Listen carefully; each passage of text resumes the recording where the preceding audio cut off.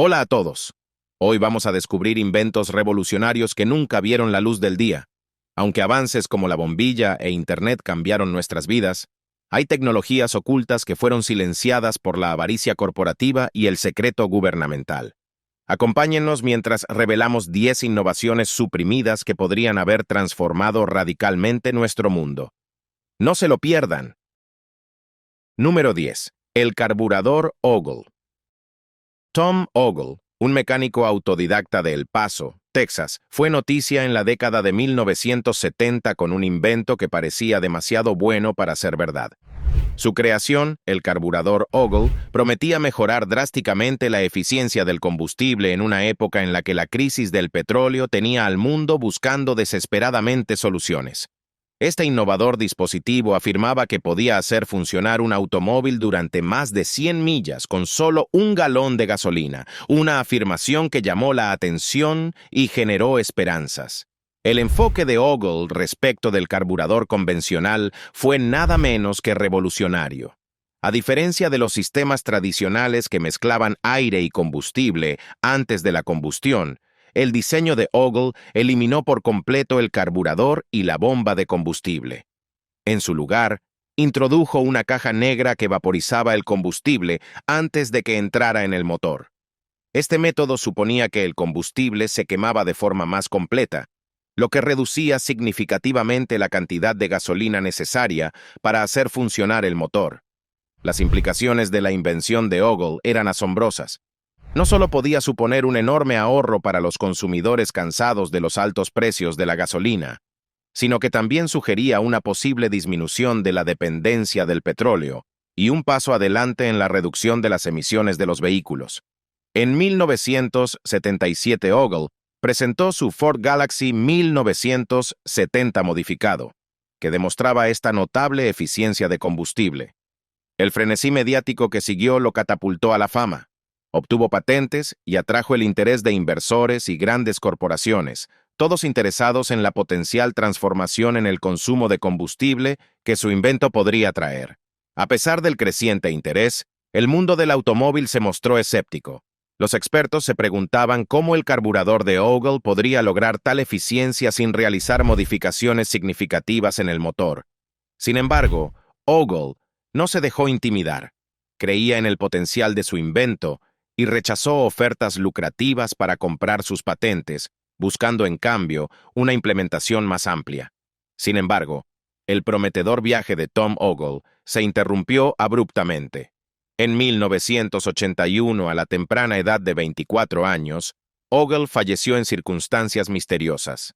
Oficialmente, su muerte se atribuyó a una sobredosis de alcohol y medicamentos recetados, pero sus amigos y partidarios sospecharon que se trataba de un crimen. El momento y la naturaleza de su fallecimiento, considerando las enormes apuestas financieras en juego, alimentaron las teorías conspirativas. Algunos especularon que la industria petrolera, al ver la invención de Ogle como una amenaza directa a sus ganancias, podría haber contribuido a silenciarlo. Otros sugirieron que los fabricantes de automóviles estaban detrás de ello, temiendo el impacto que su tecnología podría tener en sus modelos de negocios existentes. Después de su muerte, el carburador Ogle desapareció rápidamente de la memoria pública. Las patentes aún existen, pero ningún fabricante de automóviles importante ha implementado la tecnología en ningún vehículo de producción. Las razones siguen siendo un tema de debate. Mientras que algunos sostienen que el carburador nunca funcionó tan bien como se afirmaba, muchos creen que fue suprimido deliberadamente por poderosos intereses que querían mantener el status quo. Número 9. Viktor Grabenikov. Podría sonar como un personaje de una novela de ciencia ficción, sin embargo su historia está profundamente arraigada en el curioso mundo de la entomología y la búsqueda de lo que él llamó el efecto estructural de la cavidad, o CSE. Grebenikov, un entomólogo ruso autodidacta, pasó años estudiando el mundo natural, particularmente los insectos, que creía que albergaban secretos de habilidades sobrenaturales como la antigravedad. A principios de los años 80, la vida de Grebenikov dio un giro inusual mientras exploraba la vasta estepa siberiana. Un día, se tumbó en el suelo para descansar, pero empezó a sentir dolores de cabeza, un zumbido en los oídos y un peculiar sabor metálico en la boca. Debajo de él no solo se encontraba el duro suelo de la estepa, sino una ciudad subterránea de abejas. Este encuentro inesperado despertó su fascinación por la genialidad arquitectónica de los nidos de abejas y las propiedades únicas de su estructura. Impulsado por la curiosidad, Gravenikov comenzó a experimentar con partes del nido de abejas. Notó una inusual emanación de calor de las estructuras del panal, una sensación que desafiaba la detección de los instrumentos científicos convencionales. Intrigado por estas observaciones, desarrolló una hipótesis sobre un campo de fuerza generado por los patrones geométricos de los panales, sugiriendo que este campo podría alterar el medio ambiente de maneras previamente inimaginables. A medida que las investigaciones de Gravenikov se profundizaban, examinó las conchas de quitina de los insectos bajo un microscopio y descubrió que tenían una estructura inusualmente rítmica y extremadamente ordenada que parecía exhibir efectos antigravitatorios. En un experimento, cuando intentó alinear dos placas de quitina, una flotó en el aire durante unos segundos antes de asentarse. Esta observación catalizó la siguiente fase de su investigación, que lo llevó a explorar el potencial antigravitatorio de las estructuras naturales. Convencido de las implicaciones revolucionarias de sus hallazgos, Grebennikov construyó una plataforma que equipó su parte inferior con miles de conchas de quitina. Afirmó que esta plataforma funcionaba como un vehículo antigravitatorio capaz de alcanzar velocidades de hasta 1500 km/h, ascendiendo 300 metros sobre el suelo. Además, afirmó que este dispositivo hacía invisible a quien lo utilizaba desde abajo y lo rodeaba con un campo de fuerza que neutralizaba la inercia y la presión dinámica. A pesar de la naturaleza asombrosa de sus afirmaciones, Gravenikov se enfrentó a un gran escepticismo y rechazo por parte de la comunidad científica. Sus intentos de patentar su invento en 1992 no tuvieron éxito. Sin dejarse intimidar, decidió detallar sus descubrimientos en un libro lleno de imágenes a todo color, y que posiblemente incluyera fotografías de una demostración de su invento en un museo. Sin embargo, justo antes de su publicación, el libro fue alterado significativamente. Cientos de imágenes y todos los detalles esquemáticos cruciales para comprender su trabajo fueron eliminados. Esta misteriosa alteración plantea numerosas preguntas sobre los motivos que se esconden tras las decisiones de modificar su publicación. Se consideraba que el trabajo de Gravenikov era demasiado disruptivo o peligroso para su difusión pública. Según un colega de muchos años, Grebennikov podría haber formado parte de la denominada clandestinidad científica, que se enfrentaba no solo al escepticismo, sino también a la oposición activa de las principales instituciones científicas y tal vez de los organismos gubernamentales. Número 8. Pila de combustible de agua. He aquí otra historia que explora la realidad de las tecnologías prohibidas y el silenciamiento de sus inventores. Stanley Meyer, un minero ingenioso de Ohio, reformuló el debate sobre la energía alternativa en la década de 1980 con su revolucionaria pila de combustible de agua. No se trataba de un dispositivo de electrólisis cualquiera, afirmó Meyer. Su invento podía dividir de manera eficiente las moléculas de agua en hidrógeno y oxígeno utilizando una entrada eléctrica mínima y frecuencias de resonancia, una técnica inédita en ese momento. Meyer exhibió su tecnología en un buggy para dunas que, según él, funcionaba únicamente con agua y utilizaba los gases generados por su celda para la combustión. Imagine un vehículo que circula por la carretera con el tanque lleno únicamente de agua, ya sea lluvia, agua de pozo, agua del océano o incluso nieve derretida. Esta visión no solo capturó la imaginación del público, sino que también prometía una alternativa al petróleo abundante, sostenible y ecológica. El revuelo en torno a la pila de combustible de agua de Meyers fue inmenso. Apareció en segmentos de noticias locales que lo retrataban haciendo realidad un viejo sueño: utilizar agua para impulsar automóviles. Sin embargo, la comunidad científica recibió las extraordinarias afirmaciones de Meyer con un gran escepticismo, poniendo en duda la validez y reproducibilidad de sus resultados. Trágicamente, el viaje de Meyer terminó de manera abrupta y misteriosa. El 20 de marzo de 1998, mientras cenaba en un restaurante, se desarrolló una escena angustiosa. De repente, Meyer salió corriendo, agarrándose la garganta y exclamó: «¡Me han envenenado!». Momentos después, se desplomó y murió. La causa oficial de la muerte fue un aneurisma cerebral. Sin embargo, esto no apaciguó la tormenta de teorías conspirativas que se desató a continuación. Muchos de los partidarios de Myers creían que lo habían perseguido porque su invento representaba una amenaza monumental para la industria petrolera mundial. Tras su muerte, el interés por la pila de combustible de agua de Meyer siguió aumentando y varios entusiastas y grupos intentaron replicar su tecnología. A pesar de sus esfuerzos, nadie ha podido demostrar de manera concluyente un modelo funcional que replique los resultados, afirmó Meyer, lo que alimentó aún más la especulación y el misterio en torno a la viabilidad de su invento. Número 7. El dispositivo de energía radiante. En la década de 1930, en medio de un contexto de florecimiento de la física moderna y una investigación científica sin precedentes, T. Henry Maury surgió con una propuesta que parecía sacada de las páginas de una novela futurista. Presentó al mundo su dispositivo de energía radiante, un invento revolucionario que, según él, podía aprovechar las fuerzas ilimitadas del cosmos.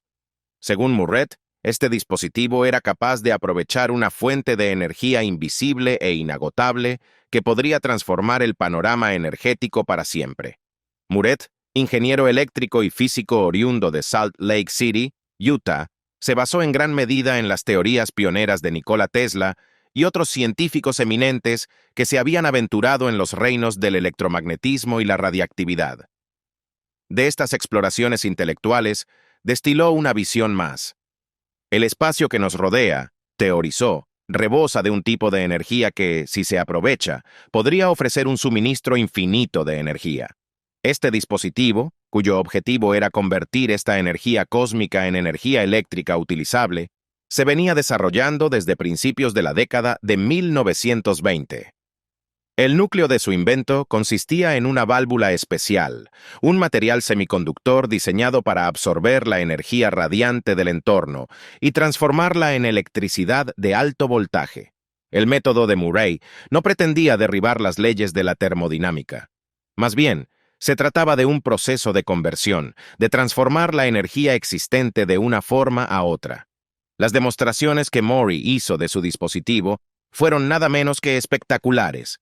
En varias exposiciones, consiguió hacer funcionar luces, radios y motores ante una audiencia de testigos, todo ello sin ninguna conexión visible a una fuente de energía convencional. Sin embargo, a pesar de estas impresionantes demostraciones, la comunidad científica recibió las afirmaciones de Moore con profundo escepticismo. Los críticos señalaron que el funcionamiento del dispositivo y la teoría subyacente no estaban suficientemente explicados ni documentados como para permitir una verificación o réplica independiente. Este escepticismo se vio agravado por la vacilación de Moore a la hora de revelar todos los detalles de su invento. Como razones para mantener el secreto, Moore citó preocupaciones sobre el robo de propiedad intelectual y el posible uso indebido de su tecnología. Además, las ideas de Moore no se alineaban perfectamente con la física establecida, lo que solo alimentó aún más las dudas entre sus pares. Como si el rechazo científico no fuera suficiente, Moore también contó historias de sabotaje y persecución. Afirmó que su trabajo revolucionario había llamado la atención de entidades poderosas dentro del sector energético existente, entidades que percibían su invento como una amenaza directa a su dominio. Según Moore, estas fuerzas hicieron todo lo posible para sofocar su progreso, incluidas amenazas a su seguridad personal, allanamientos en su laboratorio y daños deliberados a su equipo. A pesar de estos desafíos, Moore se mantuvo firme, refinando continuamente su dispositivo y defendiendo sus posibles beneficios. Sin embargo, sin el apoyo necesario para avanzar en su trabajo, su invento fue relajándose poco a poco a un segundo plano, ensombrecido por el mismo escepticismo y hostilidad que lo acosaron desde el principio. Tras la muerte de Moore, su dispositivo de energía radiante pasó a las sombras, olvidado en gran medida, salvo por unos pocos que lo recordaban como un capítulo peculiar pero fascinante en la historia de la investigación de la energía alternativa. Número 6. Máquina de energía en el vibrante tapiz de historias. Sobre energía alternativa, Pocos hilos son tan cautivadores y enredados como la saga de Joseph Neumann y su máquina de energía. Este dispositivo, que según Neumann produce más energía de la que consume, marcó un capítulo polémico en la búsqueda de dispositivos de sobreunidad, máquinas que supuestamente podrían desafiar las leyes tradicionales de la física al generar más energía de la que absorben. Joseph Neumann, un inventor con una colorida carrera que comenzó en Mobile, Alabama, presentó su innovador invento en 1979, afirmó que su máquina aprovechaba un principio similar al E-Mach2 de Einstein, lo que sugiere que toda la materia contiene energía encerrada accesible a través de su tecnología. Esta audaz afirmación despertó intriga y escepticismo, lo que llevó a Neumann a una prolongada batalla con la Oficina de Patentes de Estados Unidos, que se negó a patentar el dispositivo, desestimando como una máquina de movimiento perpetuo. A pesar de este revés, Neumann obtuvo el apoyo de más de 30 científicos, incluidas personalidades notables de la NASA y de quienes habían trabajado en proyectos fundamentales como el cohete Saturno V.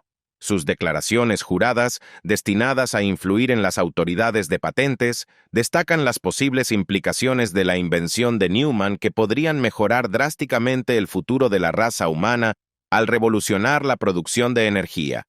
A medida que se sucedían las batallas legales, las afirmaciones de Neumann fueron puestas a prueba por la Oficina Nacional de Normas, que concluyó que el dispositivo no demostraba los efectos de sobreunidad que se le atribuían. Neumann, sin dejarse intimidar, cuestionó estos hallazgos, alegando mala conducta e inexactitud en la metodología de prueba. Sin embargo, el mundo científico siguió en gran medida sin convencerse, y las aspiraciones de Neumann de obtener la patente se vieron frustradas en repetidas ocasiones.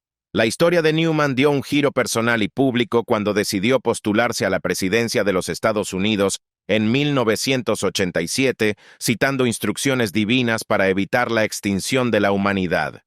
Después de su fallecimiento en 2015, su legado perduró gracias a los esfuerzos de seguidores e ingenieros devotos. En la conferencia sobre ciencia y tecnología de la energía de 2017, se dedicó una atención significativa a su trabajo, incluida una presentación detallada sobre el motor Neumann a cargo de Jeffrey Miller, un colaborador de larga data y entusiasta de la energía libre. La demostración de Miller pretendía reivindicar las afirmaciones de Neumann e inspirar a una nueva generación a explorar los límites de la tecnología energética. Antes de continuar, aquí está la elección de los suscriptores de hoy. En esta imagen, profundizamos en un capítulo oculto de tecnologías prohibidas y el silenciamiento de sus inventores. Aquí vemos un trío de avances prohibidos. En un extremo, vemos a un inventor que exhibe con orgullo un dispositivo que ha diseñado para hacer levitar, una hazaña que podría cambiar radicalmente nuestra comprensión de la física. Sin embargo, estas innovaciones a menudo desaparecen, se mantienen fuera del alcance del público bajo el pretexto de la seguridad o son objeto de burla por parte de la ciencia convencional. En otro extremo, un vehículo flotante desafía la gravedad, lo que sugiere la supresión de la gravedad o tecnologías aeroespaciales que podrían haber revolucionado el transporte. Por último, podemos ver una máquina grande y compleja que recuerda los experimentos de Nikola Tesla y sugiere avances en el aprovechamiento y la distribución de innovaciones energéticas que podrían haber amenazado las estructuras de poder existentes. Estas imágenes representan la búsqueda incesante del conocimiento y las barreras erigidas por fuerzas, intereses económicos y organismos reguladores. Cada dispositivo cuenta una historia de innovaciones potenciales y limitadas que podrían haber transformado nuestro mundo si no hubieran quedado relegadas a la sombra. ¿Qué crees que estos inventores podrían haber logrado si se hubiera permitido que sus tecnologías florecieran? Número 5. El automóvil eléctrico original.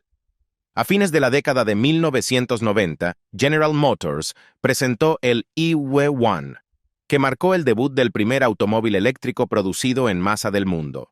Este vehículo surgió en una época en la que la sociedad era cada vez más consciente de la contaminación del aire, la dependencia del petróleo y los impactos ambientales más amplios de los vehículos tradicionales a gasolina.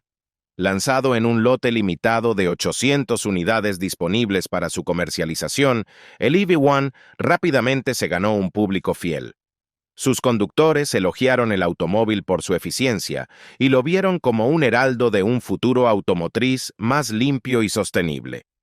A pesar del creciente entusiasmo por el EV, General Motors lo suspendió abruptamente en 1999, apenas unos años después de su lanzamiento. La compañía alegó razones económicas para su decisión. Las baterías del auto tenían una autonomía limitada, lo que dificultaba satisfacer las expectativas de los consumidores en cuanto a comodidad y viajes de larga distancia, lo que llevó a la empresa a etiquetar el vehículo como no rentable. Sin embargo, esta justificación oficial no sentó bien a muchos observadores. Los escépticos y los partidarios apasionados del movimiento de los vehículos eléctricos especularon que había algo más detrás de la historia. Muchos creían que la industria petrolera, sintiéndose amenazada por el auge de los vehículos eléctricos que podrían perturbar su negocio, ejerció presión para suprimir esta tecnología emergente. La respuesta de General Motors fue severa y sin precedentes. La compañía no solo dejó de fabricar el vehículo eléctrico, sino que decidió borrar todo rastro de su existencia.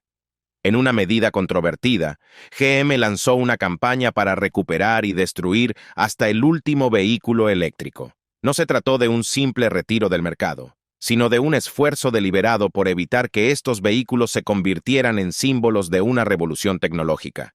En lugar de permitirles permanecer con sus usuarios o preservarlos como artefactos históricos, GM los destruyó, borrando así de manera efectiva un capítulo significativo de la historia del automóvil.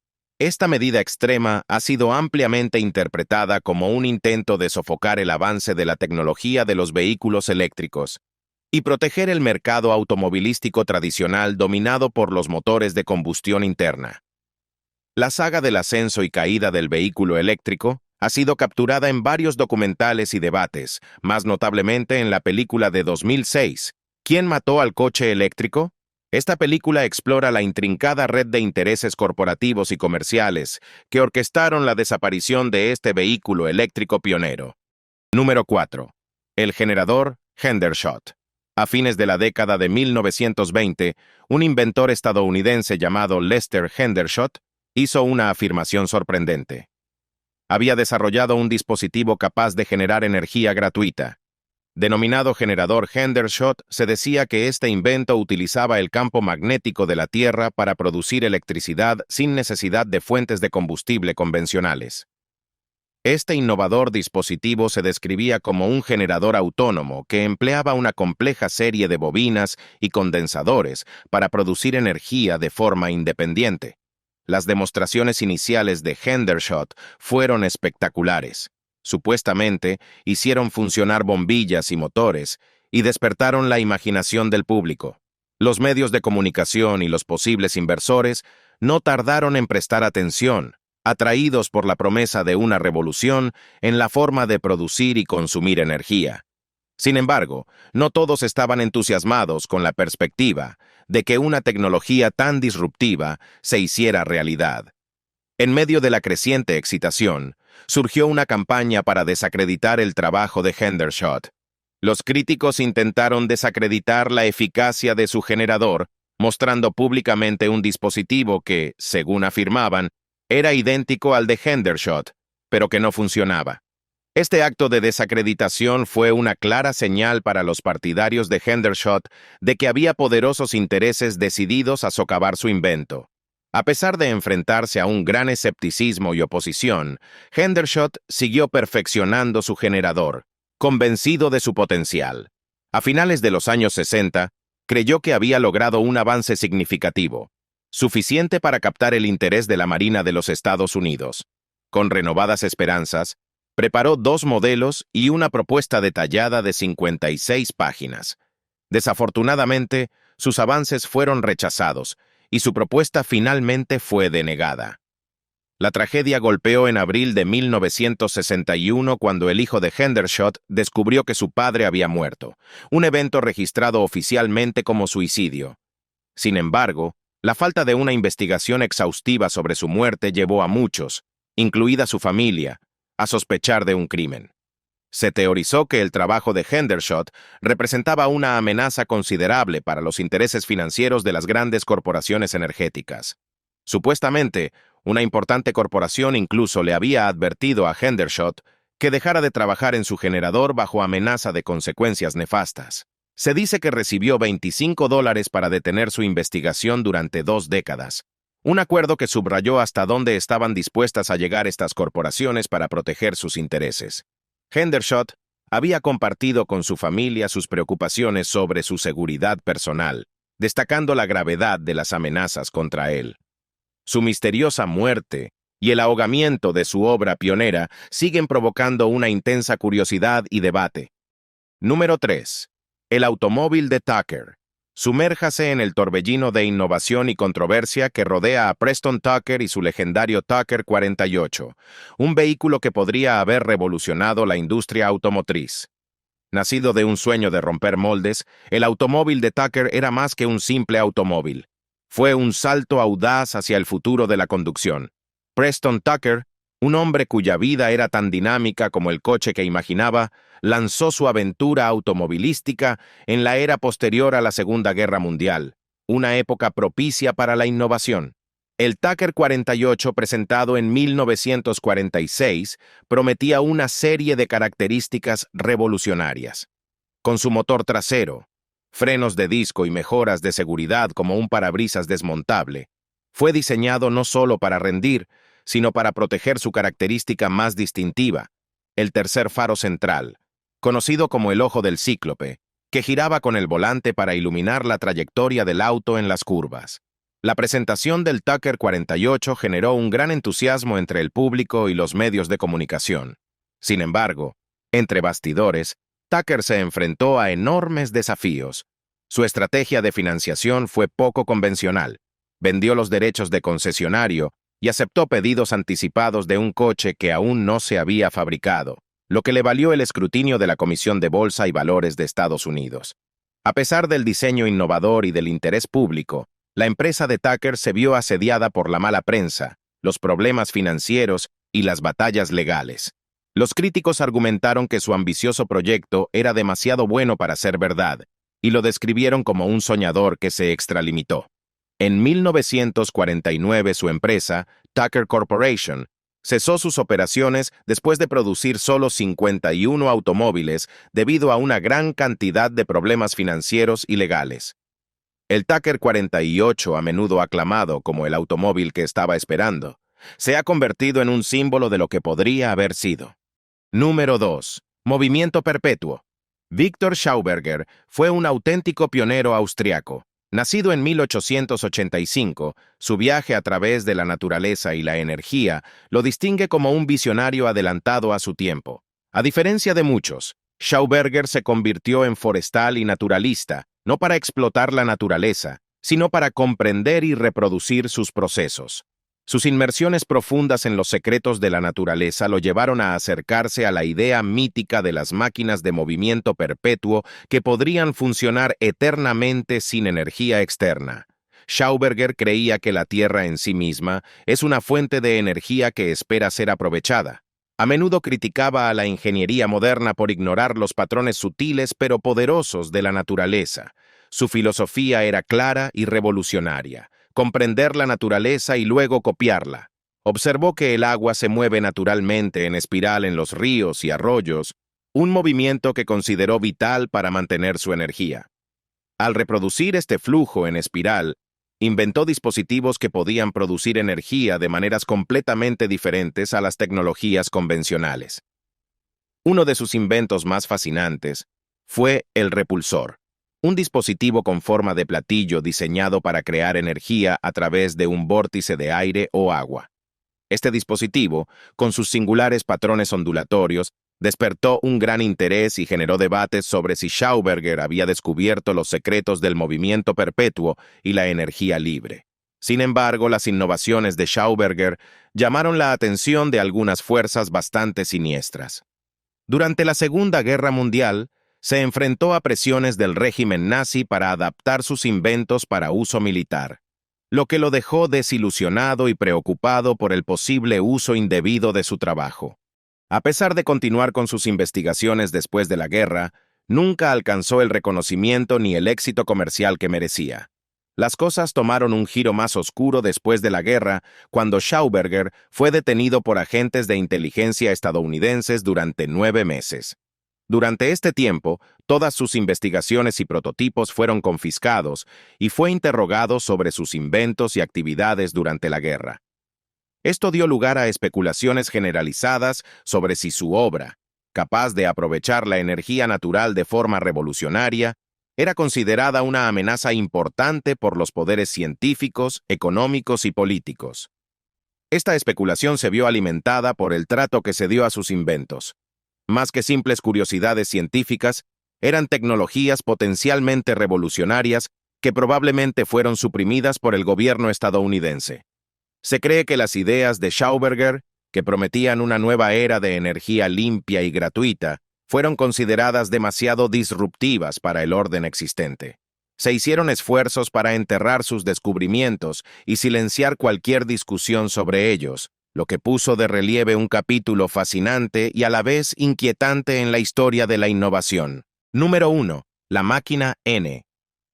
Bruce de Palma, un pionero anónimo en el ámbito marginal de las invenciones energéticas no convencionales, se embarcó en un camino revolucionario que desafió la estructura misma de las normas científicas aceptadas.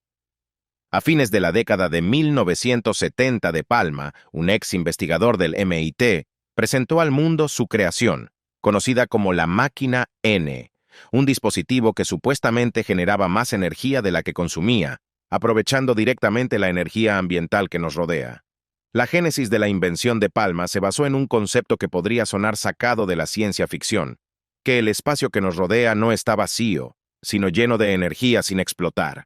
Su máquina N fue diseñada como un tipo único de generador, fundamentalmente diferente de los modelos tradicionales. En lugar de utilizar componentes separados como un rotor y un estator, la máquina N utilizaba un único volante magnético giratorio, simplificando el proceso de conversión de energía. De Palma creía que al magnetizar un giroscopio y hacerlo girar, se podía crear un potencial eléctrico entre el eje y la llanta, recolectando efectivamente energía eléctrica directamente del campo magnético. Esta audaz innovación se basó en las ideas de Michael Faraday y otros científicos pioneros, pero fue mucho más allá y abordó nuevos territorios teóricos. De Palma sugirió que la física convencional, incluidas las leyes de la termodinámica y la conservación de la energía, podrían no explicar todos los fenómenos naturales, especialmente a escala cuántica y cósmica. Su teoría proponía que una antena molecular podría extraer energía del fondo del espacio, un concepto que reflejaba algunas interpretaciones de la física cuántica. En cuanto a la densidad de energía del vacío, los críticos se apresuraron a etiquetar la máquina final como un dispositivo de movimiento perpetuo, un término cargado de escepticismo y tabú científico. La comunidad científica convencional, limitada por las leyes clásicas de la física, desestimó en gran medida las afirmaciones de Palma por considerarlas imposibles. Sin embargo, el trabajo de Palma no estuvo exento de esfuerzos empíricos. A lo largo de la década de 1980, realizó varias demostraciones y pruebas para demostrar la eficacia de su máquina. Los informes fueron dispares, y algunos observadores independientes notaron anomalías en la producción de energía que no se podían descartar fácilmente. La controversia en torno a la máquina N se disparó cuando las pruebas rigurosas realizadas por instituciones establecidas como la Oficina Nacional de Normas concluyeron que el dispositivo no producía energía en los niveles declarados por De Palma. Estos hallazgos no sirvieron para calmar el interés de un creciente grupo de partidarios que creían que De Palma podría haber descubierto algo fundamentalmente transformador, potencialmente capaz de redefinir nuestra comprensión de la producción de energía. Las teorías de Palma se extendieron a implicaciones filosóficas y científicas más amplias, sugiriendo que si sus principios eran correctos, podrían conducir a una nueva comprensión de la energía en sí misma, no como un bien escaso, sino como un recurso abundante y accesible que podría revolucionar el desarrollo tecnológico y la política energética a escala global. A pesar del escepticismo y los desafíos, la máquina final de De Palma sigue siendo un tema de fascinación y esperanza entre un grupo nicho de científicos y entusiastas legos. Siguen explorando y debatiendo sus teorías, impulsados por la posibilidad de que sus ideas puedan algún día conducir a un gran avance en la forma en que entendemos y aprovechamos la energía que impregna el universo.